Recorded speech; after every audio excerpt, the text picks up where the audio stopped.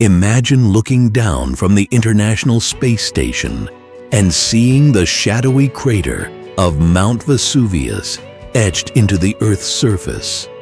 The very volcano that unleashed fiery devastation upon Pompeii and Herculaneum in 79 AD.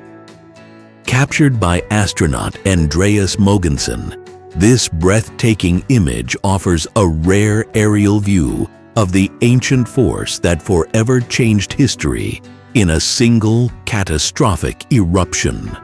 From space, the dormant volcano appears calm, surrounded by the modern cityscape of Naples. But this tranquility masks a violent history, one that turned flourishing Roman cities to ash, preserving them beneath layers of time. This photograph is not just a stunning visual. It serves as a powerful reminder of nature's overwhelming force and the fragile nature of human civilization.